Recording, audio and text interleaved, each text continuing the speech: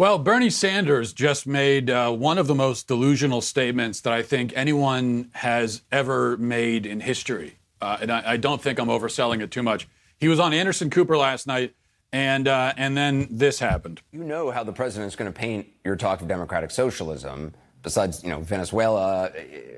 Do enough Americans know what you mean by that and what that actually looks like? Well, Anderson, that's why I'm on your show tonight. Well, that's why I'm asking you. Look, what we have to understand, just for example, the United States is the only major country on earth not to guarantee health care to all people as a right.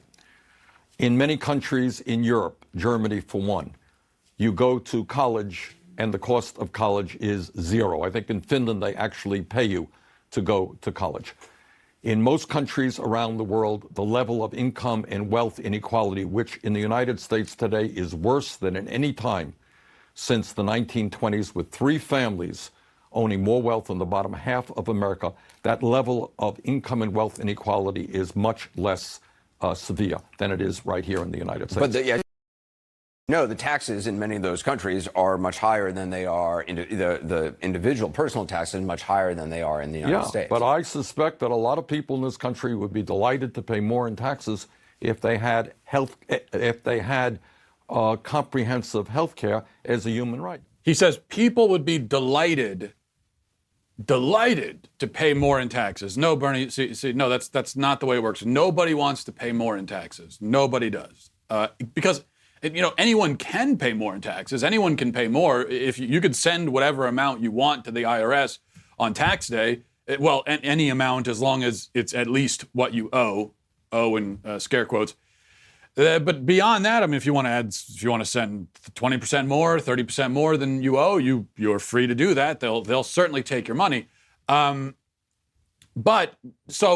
Which means that you can basically enact on your own, any citizen can enact a tax hike, but it would just be a personal tax hike that only you would be subjected to.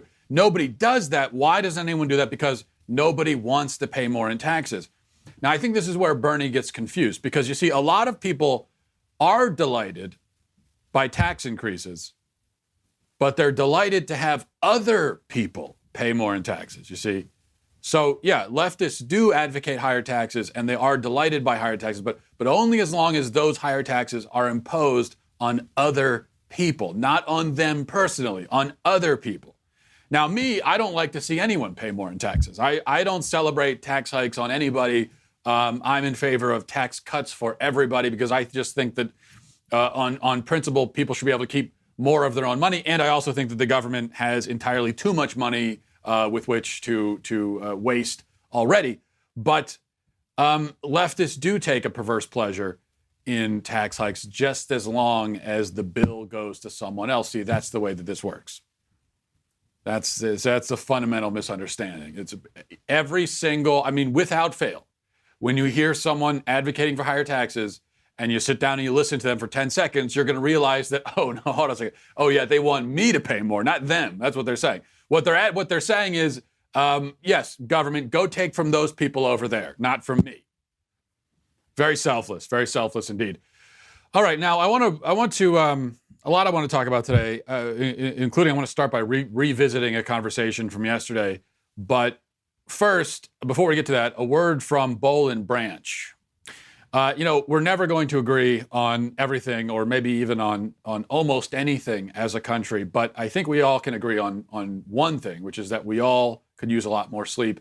Getting a great night's sleep is easier than ever thanks to the world's softest sheets, brought to you by Boll and Branch. Everything Boll and Branch makes, from bedding to blankets, is made from 100% pure organic cotton, which means that they're super soft and they get even softer over time. Everybody who tries Boll and Branch sheets loves them, and that's why they have thousands of 5-star reviews. So you just go, you listen to the people. The people have spoken, and look at the reviews for yourselves. Forbes, the Wall Street Journal, Fast Company, they're all talking about Boll and Branch. These sheets have even been loved by 3 U.S. presidents.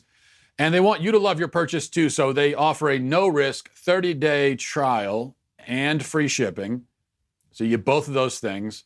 But you're not going to want to send them back. You get the trial, you try them out, you're going to want to keep them. Once you sleep on their sheets, you're never going to want to sleep on anything else.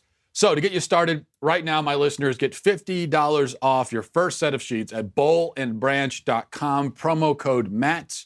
Go to bowlandbranch.com for $50 off your first set of sheets. That's BOLL and branch.com, promo code Matt. bowlandbranch.com, promo code Matt. Okay, so as I said at the top there, I want to revisit something we talked about yesterday briefly, because I think that there's a little bit more to be said about it. We discussed yesterday this new survey that was conducted, which shows that a majority of male managers are uncomfortable working one-on-one with female subordinates. CNBC originally reported on this, and they had other stats as well. Senior level men say that they're 12 times more likely to be hesitant about one-on-one meetings with a junior woman, 9 times more likely to be hesitant to travel with a junior woman. They're more likely to be hesitant to have a work dinner with a junior woman rather than a subordinate man. Now, as we talked about yesterday, this news has been met with predictable finger wagging by the finger waggers on the left. Sheryl Sandberg, the COO of Facebook, she says that it's totally unacceptable for men to feel uncomfortable at work. Totally unacceptable. And of course, if men are uncomfortable, the real victims of that discomfort are, you guessed it, women. Alexandria Ocasio-Cortez was talking about this survey, and she decided that the men in the survey, they're just having a, quote, hard time not being, quote, creepy. That's the way that she sums it up. But I was writing about this yesterday, and I found this article in the Chicago Tribune written by a woman named Heidi Stevens. And her article is what makes me bring this up again, because she wrote something that just completely proves the point that she was trying to disprove. It really is amazing. So she wrote this thing which offers some dismissive and sarcastic pointers for men in the workplace. Now, it's sort of hard to take these pointers seriously because she admits outright that she doesn't understand the issue. She says, "I'm confused about the root of these male managers' discomfort. Do they not know how to interact with women in a way that doesn't accidentally or overtly imply they'd like to sleep with them? Or do they worry that Me Too has women going around willy-nilly making up stories of harassment and assaults that didn't happen, and they can't risk being the subject of such stories?" Well, yeah, kind of. I mean, that is sort of what's happening. But she says that at the beginning, well, I don't really understand it. So she doesn't understand. But despite her professed ignorance, she plugs right along with some helpful pieces of advice. This is what she says, with some advice for everybody. Don't pleasure yourself into potted plants, as Harvey Weinstein is alleged to have done. Don't have a secret button that locks your office door behind people, as Matt Lauer is alleged to have done. Don't send a bunch of gross, inappropriate text to a direct report, as Kevin Quinn, a former staffer for House Speaker Michael Madigan, is alleged to have done. These are her pieces of advice. So don't fornicate with the flora. Don't have secret locking mechanisms installed in your office. Easy enough. By the latest count, only like 2 or 3 men in the country have done either of those things. So it's, sort of easy for the rest of us not to do that. But here's where, and she's not done doling out advice, here's where she undercuts her whole case. She says, I just think this is so interesting because it encapsulates the whole problem inadvertently. She says, treat your female colleagues and subordinates the way you'd want to be treated by a male in power. Would you want him to tell you how nice you look in that suit? Now, again, this is talking to men, okay? Would you want him to tell you how nice you look in that suit? Would you want him to ask you if you're happy in your relationship? Would you want him to rest his hand lightly on your shoulder when he talks? Talk to your female colleagues and subordinates about the same topics you talk to your male colleagues and subordinates about. The NBA finals, their kids' summer break plans, the China tariffs, the weather, your book club, why the break room coffee is so bad, the profit and loss report that's due later that day. Okay, so that's her advice. Now, actually, I have been told by men that I look good in my suit that I'm wearing. And I have myself dispensed similar compliments to men. There's nothing strange or inappropriate about that. It's a compliment. So she says, well, you would never want a man to compliment your outfit. Well, sure I would. Why not? If I'm wearing a great suit and a guy says, hey, man, nice suit. Looks great. Sure, that's I would be happy with that. Why wouldn't I be? Do you not think that men compliment each other? It's a really normal. See, this is someone who clearly just doesn't know anything about men, and that's what you find with feminists is that they just know and now they make this claim about men in regards to women. They say, oh, yeah, especially if you're a male conservative, you don't know anything about women. No, it's actually the reverse is true. You clearly know nothing about men. You're just nothing at all. That you think we would recoil in horror? Did you just compliment my suit? How dare you? Well, I never. No man would react that way. You know what? If another man says, hey, great suit, you look great, I would say, oh, cool, thanks. That would be it. And then I would move on. I would never think about it again. I would just move on with my life. Would I want a guy asking me how my marriage is going? Well, sure, why not? You know, when I meet up with a guy friend, I will definitely say to them, hey, how are things going at home? How's the wife? It's a normal thing to say. It's completely normal. Or if they're dating someone, they're not married, then you can be a little bit more specific about asking about the relationship. Like, hey, are you still with that girl? How's that going? It's normal. That's a normal thing to talk about. And so how would I feel if a man said that to me? I would feel perfectly fine with it. I would say, oh, things are going great. You know, the wife is doing well, and that's it. Would I want a guy resting his hand on my shoulder? No, I mean, not particularly I wouldn't, but I wouldn't report it to HR either. Now, I prefer to avoid physical contact with everybody, with the exception of my wife and my kids. Like they're the only ones who I'm okay with invading my personal space. Everybody else, what I would prefer is if everybody respected a 30-foot radius of personal space for me at all times. That's what I would, just personally, I would like that. But I cannot say that I'm sexually harassed just because people don't know that I have those personal space demands and therefore don't respect them, because I understand that they are a little bit unreasonable. It's just personally, that's what I would like. And some people are more physical, than others. Maybe not Joe Biden levels of physical, but some people are more like that. I've got friends that are more like, pat you on the back and that kind of. Some people are like that, men and women. We've all had conversations. I'll go out to a speaking event or something, and I'll be meeting people afterwards. And you always have these older women, women who are probably in their 70s, who will come up and they'll grab your hand. And they'll just hold it for like 10 minutes while they're talking, and kind of like lightly shaking it while they talk to you. And for like 10 minutes, they're holding your hand. Now, am I a big fan of that? Not really. But I mean, they're being friendly, and it's kind of funny. It's just they're just sweet old ladies, and this is what they do. It's not a big deal, right? And there are some older men who are like that as well. So would I consider that? Would I be scandalized by that? No, I wouldn't. And this is the point. She says, oh, you would never treat guys like that. Yes, I would. And then she proceeds to tell us to treat women like we would treat guys. Yeah, but as I just explained, I would treat guys the way that you claim we only treat women. But you say don't treat women like that. So you see the confusion here? It just doesn't work. There's mixed messages going on here. I would compliment a man on his outfit if it's a nice outfit and he looks good in it. You're saying don't say that to women. So we should treat women differently is what you're saying. Now, it's recommended that we talk about the NBA finals instead. But wait a second. According to a BBC article that I just pulled up, sports lingo at work is, quote, hidden sexism that, quote, reinforces the idea that the workplace is or should be a man cave with water coolers. Now, I imagine that the same could be claimed about any attempt to talk politics or about the Chinese tariffs or whatever on the job. Talk about their kids' summer break plans, she recommends, or book clubs. Well, then won't I be guilty of stereotypically assuming that the woman that I'm talking to has kids and is interested in book clubs. Isn't that a stereotype? See, again, this is exactly the point.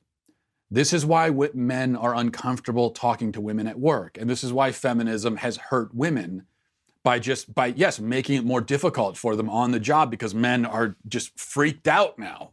And they're not freaked out around men, but they are a little bit around women because of this kind of stuff. The rules change from moment to moment and person to person. Anything can be sexist. Anything can be construed as harassment. Maybe your female worker is like Heidi Stevens and would like to talk about the NBA Finals, but maybe she's more inclined to see talk of sports at the workplace as sexism that reinforces a male-centric environment. We have no way of knowing. It could go either way. That's the kind of conversation that I could bring that up to a man. It's no problem. I don't have to worry about anything, right? More than likely he'll want to engage in that conversation. Maybe he's not interested in it, and then fine, whatever. You move on. You talk about something else. But you bring it up to a woman, and there's a chance that she'll think that it's sexist because there have been articles written explaining why it's sexist.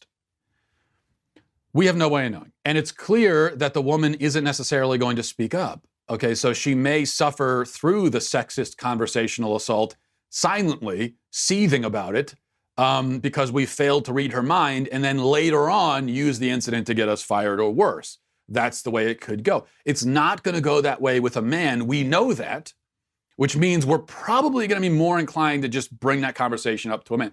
Here's the other thing about men that you need to understand. I think, well, just like any other, like humans in general, we don't like to risk our jobs. We don't like to risk false accusations. We also just, we're not a big fan of games and BS. We just don't want to be bothered with stuff like that. So, we're kind of just like, it's very practical minded. So we're thinking like, okay, I want to talk about sports at work. It's like, why am I going to bother when it's this whole minefield? Why am I going to bother even trying to navigate that? There's no point. I'll just go talk to a guy about it. Or I won't talk about it at all. The Me Too movement and feminism in general have made a few things clear. Number one, literally anything can be sexist. It all depends on the feelings of the woman. Number two, women are not expected to speak up and let you know that they're uncomfortable. In my opinion, they should be expected to do that, just like any person should be. If you're uncomfortable, say something. As an adult, as a grown-up, it's your responsibility to say something. I mean, it's like you hear these stories about Louis C.K. and how he, disgusting, how he pleasured himself in front of women. Well, now, of course, obviously, doing that on the job is completely inappropriate. Doing that anywhere, in any context, is completely inappropriate and disgusting and wrong and creepy and perverse and degenerate. But when it comes to speaking up, in every case, apparently, he would ask these women, hey, do you mind if I? And they would just say, oh, sure. Meanwhile, in their head, they're uncomfortable. But it's like, well, of course you're uncomfortable, but say something. Say you're not, don't say yes when you don't mean it. Just leave, right? Say something and leave if you're uncomfortable. I think we can expect people to do that. We all, man or woman, we all have to do that. And that's especially the case, you take something that's a lot less severe and gross than that. Just take a conversation, let's say, that's making you uncomfortable. Well, then definitely in that case, if you're uncomfortable with leave the room. You don't have to, you could just say nothing and leave. That's an option. Or speak up and say, I don't think we should be talking about this. I think we can expect everyone, man or woman, to speak up, to be adults, to take charge of the situation, to make your own thoughts known, because you can't expect anyone to read your mind. But that's how we know from the Me Too movement that we can't expect that. And then number three, we know believe women. So the women's version of events will be believed, must be believed, and the only thing the male offender is allowed to do is grovel and apologize. So is it really so surprising that men in this environment, with the rules set up the way they are, may be wary about interacting with women, especially when nobody else is present to witness it? So perhaps, we should stop and think about that and think about the damage that it's doing, not just to men, but to women as well. Because there are a lot of normal, non-feminist, non-crazy women out there who are not looking to entrap men or trick men or, get men into trouble, make things up, who are the kinds of people who won't be offended by a conversation about sports or whatever, even if they're not interested in it, who won't be offended if you compliment them. There are plenty of women like that. Plenty. The majority, are like that. But because of crazy feminists, men don't know necessarily, unless they know a woman well already, they don't know where the woman falls on that spectrum. And so unfortunately, a lot of women get lumped in with that just as a precautionary measure. Men are going to say, well, she might not be a crazy feminist, but I don't know. So I guess I just have to act as though she is, just for my own self-preservation. And that's not fair to those women.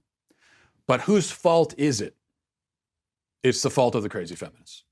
It's not the fault of the men. The men are just, again, it's just self-preservation. You got to be prudent. It's not worth risking your job or your livelihood, your life over. All right. So I thought that was interesting.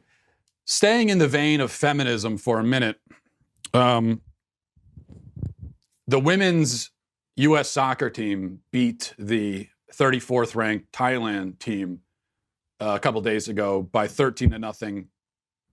And Kristen, is a couple things that stemmed from this victory that are sort of annoying and stupid. First of all, Kristen Gillibrand had this to say in a tweet. She says, here's an idea. If you win 13-0, the most goals for a single game in World Cup history, you should be paid at least equally to the men's team. Now, she's not the only one to say this, of course. I've heard this elsewhere. The women's soccer team is running roughshod over low-ranked opponents, and this proves that they should be paid the same as the men's team because they're just as good, I guess. And they are great athletes, and there's no question that they're better at soccer than me. If it was me and guys like me versus the women's World Cup team, I have no doubt that they would win handily against us. But that's because I don't play soccer, because I prefer to play sports personally. But in any case, yes, they would beat me. I'll admit that. But at the same time, I can't help but note that this women's team did lose a couple of years ago to a team of under 15 high school boys in a scrimmage. It's not funny. I'm sorry. I don't mean to laugh. They did lose to teenage boys in a scrimmage. That's true. You can look that up. Google that one. That did happen. My only point bringing that up, okay, is no disrespect. It's just to point out for all the people that are, talking now about the pay disparity and why aren't they paid the same? You see how good they are? I'm just trying to point out the vast gulf that separates male athletes from female athletes. I mean, it's just, they're like in two different universes. And that's why male athletes generally get paid more. And that's why there's generally more interest in men's sports, because the athletes are just a lot better. And they're more fun to watch. Now, not in every sport. Something like gymnastics, for instance, I think it's because just the physiology of men versus women. I think women can oftentimes be more gifted in that area, more graceful and everything.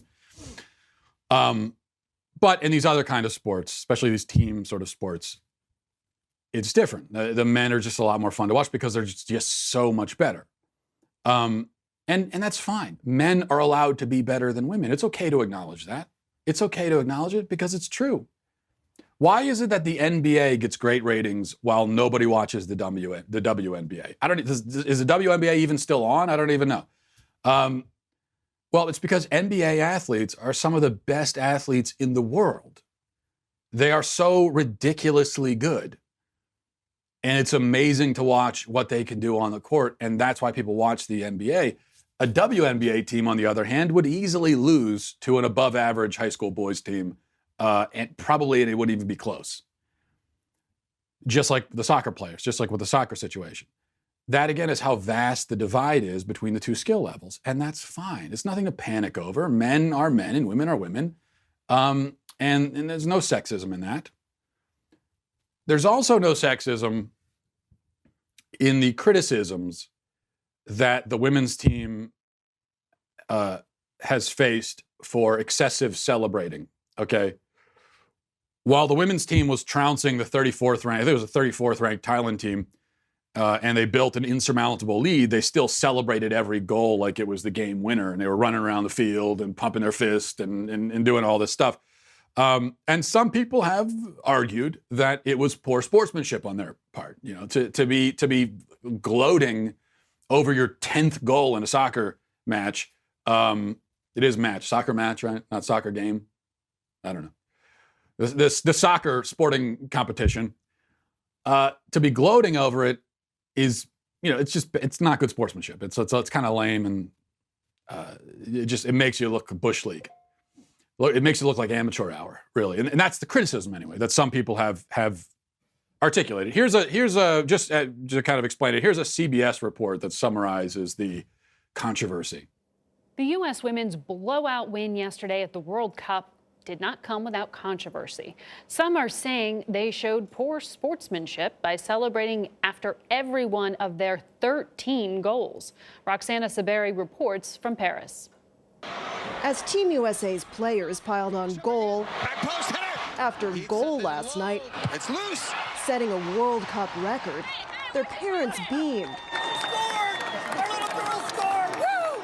Their fans cheered, USA! USA! and Thailand wept, stirring the sympathy of spectators like Kaylee Ferreira of Phoenix. Did you guys feel bad for the Thai at least a little bit? Yeah, because it was a really bad loss for them. So bad, U.S. coach Jill Ellis had to field questions about whether the best team in the world should have gone easier on a team ranked 34th. I sit here and I go, if this is 10-0 in a men's World Cup, are we getting the same questions, to be quite honest? But it was the way that Team USA celebrated each of its 13 goals that sparked much more criticism. Even former teammate Hope Solo called some of the celebrations a little overboard. Co-captain Megan Rapinoe defended her team. They can come at us because I think our only crime was an explosion of joy last night. She's got it! Some U.S. players say what last night's game really showed is that other countries need to invest more in women's soccer. And they urged players like Thailand's Miranda Nild not to feel defeated. I told her that it's a dream of all of ours to play in a World Cup and to stay encouraged. Team USA's next game is on Sunday against Chile, which is ranked 39th in the world. Roxana Saberi, CBS News, Paris. So you heard what I think it was the head coach said there. So, well, the men's team wouldn't be criticized like this. And this is something that's been echoed by the media. The soccer team was criticized both for running up the score and trying aggressively to score more goals, even when there were only a few minutes left. And then also they're celebrating so much. But we're told that it's sexist to criticize them for that. These are sexist criticisms because men are never criticized that way, as the story goes. Casey Hunt, an NBC reporter, sent out a tweet, said, "Don't celebrate too much, bros," said no one ever. And then a bunch of think pieces have been written about this issue, about the sexism of criticizing female athletes, including this one from Pop Sugar, which is, of course, a great publication. Any publication called Pop Sugar, you know, you're going to find great content, very, very intelligent content. They have an article titled, "Why Criticism of the U.S. Women's Soccer Team is Sexist." So very straightforward. I appreciate that. And then the article says, in part, the women's soccer team in a thrilling first game of the 2019 Women's World Cup won with a record-breaking 13-0 score. First of all, that's not a thrilling game. In a thrilling game, they won 13-0. It's not thrilling. That's the opposite of thrilling. That's a blowout, and you know it's thrilling if you're a fan of the team, I guess, but it's not really a thrilling game in general. But she says, but unsurprising in the context of heedless, sexist, double standards in the world of sports, the players were almost immediately criticized for their resounding victory. Shortly after the game, predominantly male commentators and Twitter users questioned why yes, I'm sure they went through and they looked at all the criticisms on Twitter and they counted them all by sex and discovered that it was predominantly male, right? Okay. Predominantly male commentators and Twitter users question why the team ran up the score to 13-0, despite the fact that in the event of a tie during the group stage of the World Cup, the team with the highest goal differential would advance to the knockout round. The players were also criticized for continuing to celebrate their goals throughout those 90 minutes to play, suggesting this reflected poor sportsmanship. In contrast, similar criticisms have yet to be lodged against men's athletic teams for ruthless, high-margin victories and repeated celebrations. The 1992 U.S. men's basketball team defeated opponents by an average of 44 points during the Olympic Games and is still affectionately known as the Dream Team. The annual NFL honors ceremony includes a category for celebration of the year. A gendered backlash against the women's team is even more frustrating and notable considering the players have been blah, blah, blah, blah, blah, blah, blah. Okay, I can't even say it, so I'm going to throw up if I keep reading that. This, of course, is just grade A, pure, unadulterated nonsense. It is completely untrue, completely false, totally, completely, utterly ridiculous. It shows yet again the theme of the show, how feminists don't understand men, know nothing about men at all, know nothing about men's sports, have no idea what they're talking about on any subject. Male athletes are criticized all the time for excessive celebration and for running up the score and all that. The Dream Team was criticized for running up the score. They're called the Dream Team because they were so insanely talented. These were some of the best basketball players that had ever lived on the planet that were on one team. That's why they were the Dream Team. Now, the U.S. women's soccer team, these are very good athletes. This is not a collection of the best soccer players ever to live. So that's why they're not the Dream Team, okay? A collection of the best soccer players ever to live will be all men's players. That's how you know that this isn't the Dream Team. Now, these were the best basketball players ever, some of them. And that's why they were called the Dream Team. But they scored by an average of 44 to 44 points or whatever. They were criticized for that. They were. The 2007 Patriots, who went undefeated but finally lost in the Super Bowl and were beating teams by like 55-3, or these crazy scores, running up the score. They were criticized for that constant. It was a never-ending topic of conversation in 2007 about how the Patriots are bad sportsmen and running up the scores. It was an ongoing debate on ESPN and among football fans and commentators. In fact, as for celebrating, up until recently, you weren't allowed to celebrate at all in the NFL. And now they do allow some celebration, but I think you can still be penalized for it. You can be fined for it if you go too far. There are certain things you're not allowed to do in the course of a celebration. One of the oldest cliches in sports is act like you've been there before. And it's something that you hear if you watch men playing in the NFL, if you watch men playing in the NBA, if you watch men playing in the MLB, you're going to hear this cliche, act like you've been there before. And that's always targeted at a man who's, made a basket, scored a touchdown, got a home run, and then freaks out about it and acts like it's the first time he's ever scored a point in his career as a professional athlete. And then people will say, act like you've been there, but be professional, Act. The cool thing is to act like you've done it a million times and it's no big deal, right? You score the touchdown, just like casually hand the ball to the ref and then walk off the field. Now that's badass. That's a power move right there. So this is a constant conversation. So when women are criticized for it, they are being treated exactly like the men, exactly like they say they want to be treated. But yet again, what we find is that when women are treated like men, feminists complain. And when they're not treated like men, feminists complain. It's bogus. And you know what? Yes, it is lame to go running. I mean, you saw some of that stuff. To go running frantically around the field, pumping your fists and gloating after you scored the 10th time against a team that isn't even ranked in the top 30. Yeah, that's lame. It's kind of stupid. It makes you look, it makes you look like an amateur. It just does. If Tom Brady ran around the field screaming triumphantly after scoring his 6th touchdown against the Buffalo Bills to go up 53-7, you're damn right people would criticize him for that. They would say, "You're Tom Brady. What are you freaking out about this? You scored you threw a touchdown against the Bills. You're freaking out? Come on." But he does do stuff like that, and he is criticized for it all the time. It's one of the main things Tom Brady's criticized for. Act like you've been there before. Be professional, be cool. It's a normal thing. In the NFL, if you're up by 2 or more scores and you have the ball with 2 or 3 minutes left in the game and the other team doesn't have any timeouts, it's customary to take a knee and not even try to run a play and just let the game end. That's what you're kind of supposed to do by the customs of the game.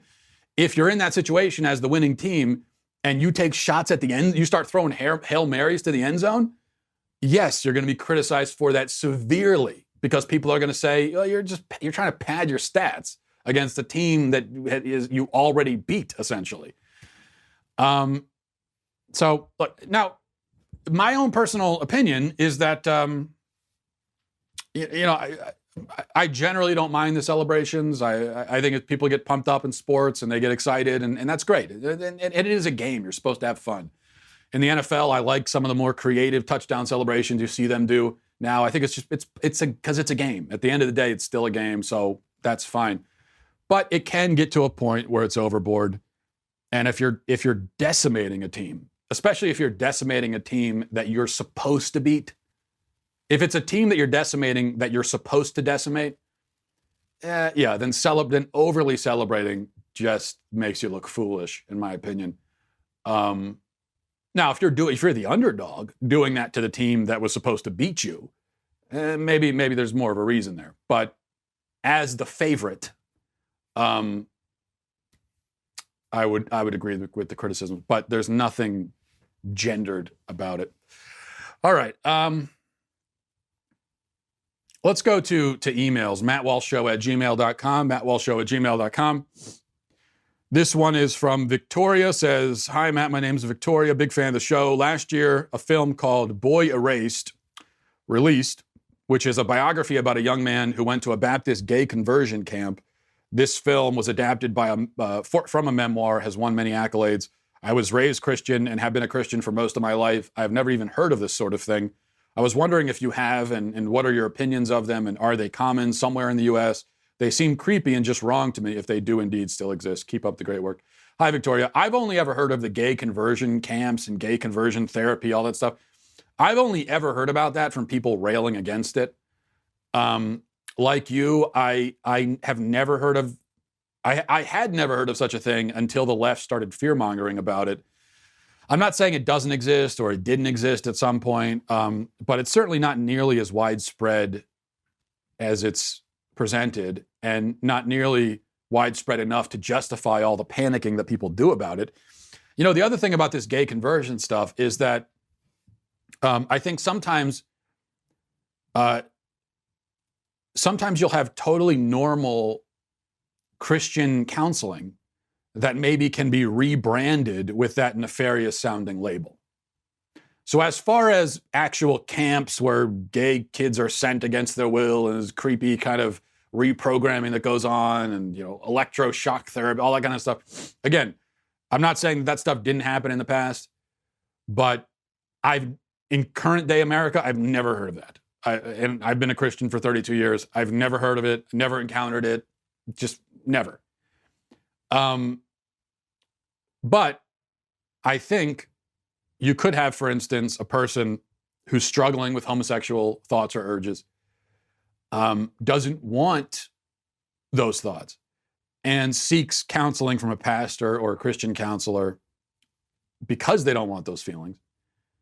And then they receive counseling, and then I guess probably that's going to be labeled gay conversion therapy, but it's not as though this was a gay person abducted off the street and brought in a bus to a camp somewhere, okay? This is someone who sought counseling and received it. It was totally of their own volition.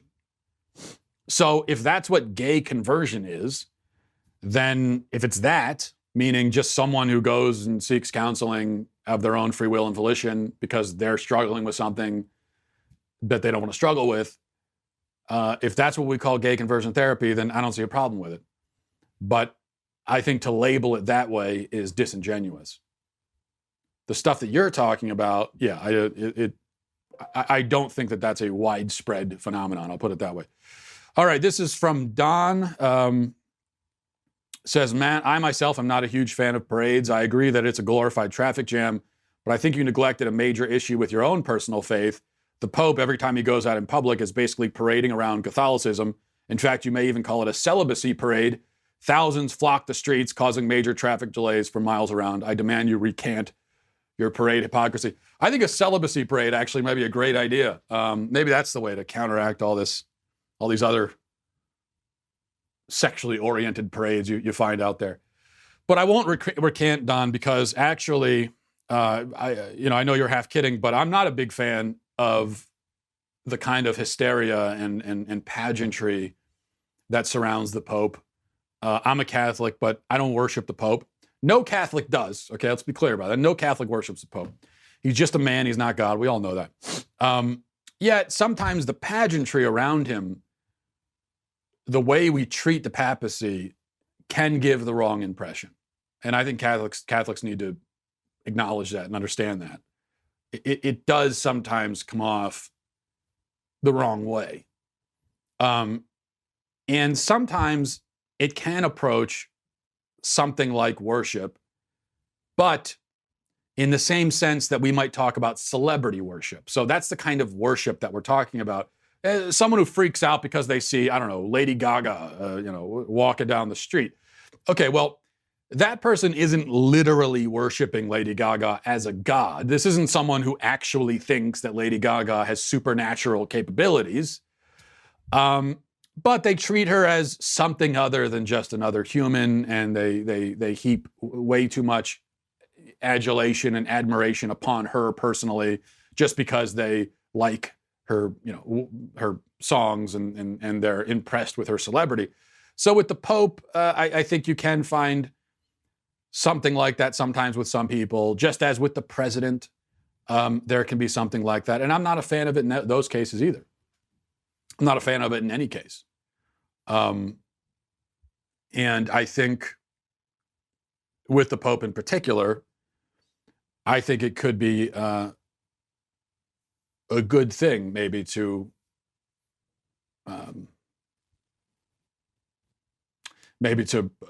pull back on some of that pageantry. All right, this is, let's see. Do we have another one? I thought we had another. Okay, well, this one is from Nick. Another Catholic question says, I'm Catholic. I was recently reading about several miracles, including the Shroud of Turin, the Tilma of Our Lady of Guadalupe. I understand that the church runs miraculous claims through the gauntlet to ensure their validity. Many scientists and experts who are atheists are tasked with finding natural explanations for the events in question. If there's any doubt, the church dismisses the claim. What are your thoughts on these and other miracles? Do you believe in them? What role, if any, do you think they should play in our faith? And do you think they can be used as a means of evangelization? While they are by no means the basis of my faith, I do sometimes fall back on them when I begin to doubt the existence of God. I really appreciate you getting to my question. Hope your leg is getting better by the day. Nick, I treat miracle claims on a case-by-case basis, which I think is what we all should do. You look into them personally, decide if you are inclined to believe that they're supernatural or not. I think that's what we all should do. We shouldn't believe a miracle claim just because someone claims it. Obviously, if we did that, then we'd have to believe every single miracle claim that anyone ever makes. And not just miracle, we'd have to believe everything everyone tells us. And we clearly don't do that. So the fact that someone said something is not enough reason to believe that it's true. Most of the time. Especially when it's something like a miracle. Now, if your wife walks into the room and says, hey, it's raining outside, well, okay, the fact that your wife said it's raining is probably enough reason to believe that it's raining, because rain is something that happens on a daily basis. It's completely normal. You trust your wife, you know her. There's no conceivable reason why she'd lie about it. So yeah, you'll just take that on faith, as it were. But a miracle claim, someone you don't even know says, oh, Jesus appeared to me, or oh, this or that happened. Well, we know that those are not daily occurrences. We don't know anything about this person personally, so we don't know about their trustworthiness. And we know that these are the kinds of stories that people are willing to make up, and there are plenty of reasons why a person might make them up. So with all that in mind, then I think we have to look specifically at it, look at the evidence, and draw our conclusions from there. So a couple examples you gave. I'm inclined to believe the Shroud of Turin as being authentic because it's been subjected to numerous scientific studies through the years. Its validity has not been disproven. And I know that failure to disprove something is not the same thing as proving the affirmative of that thing. But the fact that the shroud is basically a photographic negative of, an image of a man who's suspiciously wounded, just like Jesus was wounded, as it is told in the Gospels, and that still nobody has been able to explain how 1,000 years ago or even 500 years ago someone could have produced an image like this. Well, that kind of cinches it for me. So yeah, I believe it. I believe the shroud. And there probably is an element of just sort of intuition with some of these things, because I think there's a lot of evidence, but I also I think beyond that, I guess we might say it's the Holy Spirit as well guiding us on that. As for Our Lady of Guadalupe, the Tilma, I am skeptical there. For those who aren't familiar with that story, as the story goes, Mary, the Blessed Mother, appeared to a guy named Juan Diego in the 15th century in Mexico. And there's a whole story there that I'm not going to get into because I don't have time. But there's now a cloak, essentially, with an image of Christ's mother. And supposedly it appeared miraculously, okay? That's the really bare bones story there. But I'm skeptical because I can see the image, right? You can look at the image, you could go online and look it up, the Tilma, and you'll see it. And when you look at the image, it looks like a painting. It doesn't look miraculous at all, in my opinion. It just looks like something that someone could have painted. It looks like something that almost anyone could have painted. And I don't see why a miraculous image would look like a rather basic painting, right? Like if God is, if through divine intervention, an image is going to appear on a surface somewhere, why would it look like a painting? The Shroud of Turin does not look like a painting. If the Shroud of Turin just looked like a painting, then I would say it's probably a painting. But it doesn't. It looks like a photograph of someone. And so that's what makes you stop and go, how did that get there? It doesn't look like something someone would have painted, especially not, centuries ago. But with the Tilma, you look at it and if no one told you the whole story behind it, you would look at it and say, oh, okay, yeah, it's just someone painted that. So, I don't see any compelling reason to believe that it's more than a painting, other than the fact that I would like to believe that it's more than a painting. But the fact that I would like to believe it isn't a reason at all. So that's how I would parse it. I could be wrong about one or both of them. Who knows? I don't know. Just these are my own opinions. But I tend, with any miracle claim, I think my first reaction is skepticism. In that, okay, well that's an incredible story. It's literally incredible, and oftentimes incredible stories aren't true. But I'm all ears. I'm not going to rule it out. Obviously, we can't rule out the miraculous. So bring me the evidence, and I'll look at it. And if I see compelling evidence, I'll probably believe it. With the Tilma, I haven't seen compelling evidence. Other than just a lot of people through the centuries have believed it, but that's not evidence of anything. People believe wrong things all the time, especially if they want to believe it because it's a beautiful story. And it is, by the way. All right, we will leave it there. Thanks everybody for watching. Thanks for listening. Godspeed.